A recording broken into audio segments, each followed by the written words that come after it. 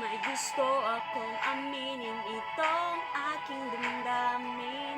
Para lang sa'yo itong aking piling. Sana ako'y iyong mapansin, o ikaw ang aking giliw. Itong tinitibok nitong aking damdamin, sana'y iyong sabihin ang nilalaman ng iyong damdamin. Ikaw lang ang ninanais kong makapiling. Sana'y iyong mapansin itong aking damdamin. Ikaw lamang ang aking hinihiling.